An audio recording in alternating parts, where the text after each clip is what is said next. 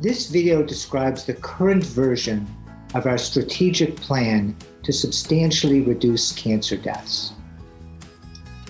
First, it's important to determine what we actually need to do, even if we don't know how to do it.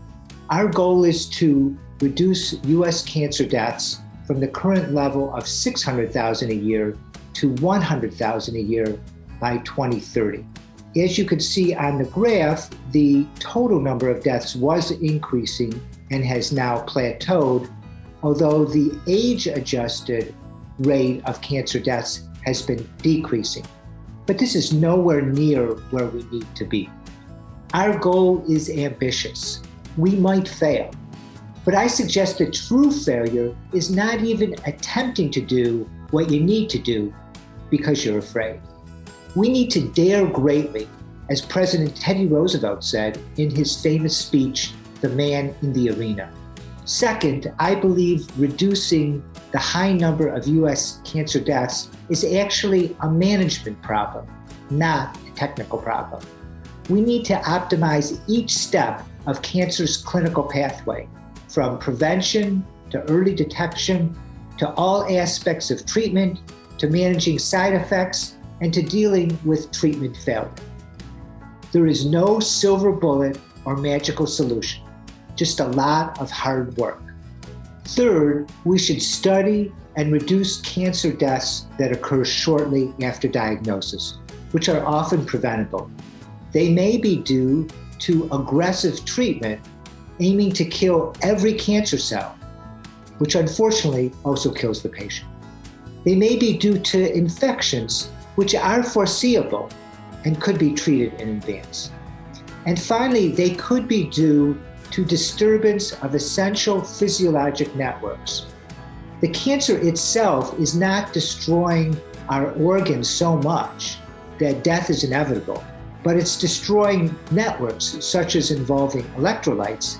There's a good analogy with diabetes. Diabetes often presents with ketoacidosis, with a marked disruption in electrolyte levels that can kill the patient. But after studying it, we've developed protocols on how to treat these network disturbances so we can stabilize the patient first and then treat the diabetes. Similarly, we need to understand what networks are being disrupted in some cancer patients who present near death, stabilize these networks, and then we can work on treating the cancer cells themselves. Fourth, we speculate that for each cancer type, even the most aggressive, there exists a combination of perhaps 8 to 10 therapies that individually may only be partially effective, but together can be substantially effective. Cancer operates as a web, and we need to damage multiple strands on the web so that it's no longer functioning.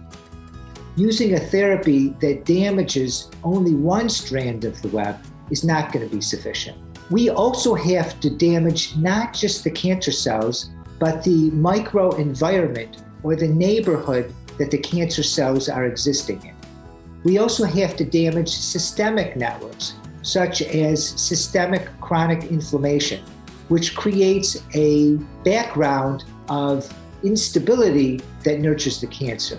Other systemic changes include damage to the immune system, which normally controls the cancer cells, hormones, which may be at usual levels, but are often sustaining the cancer cells, individual changes to the DNA we're born with, which may make cancer more likely, and individual risk factors for this particular cancer, which also make the cancer more likely to happen.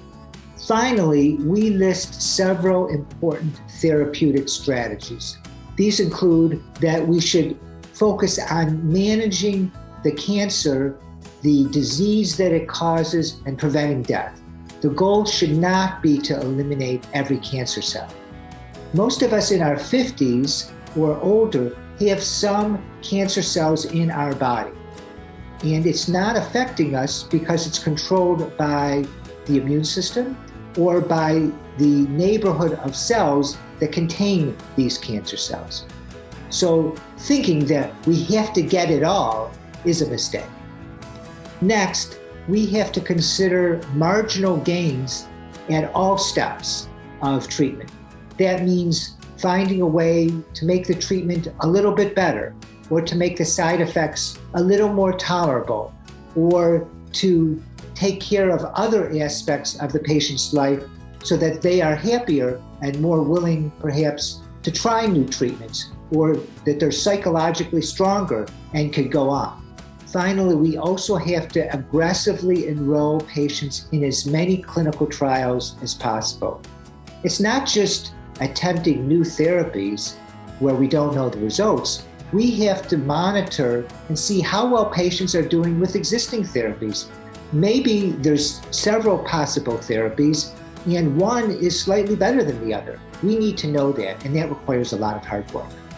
There are several things that you can do to help, and we've listed them at the end of the video and below the video.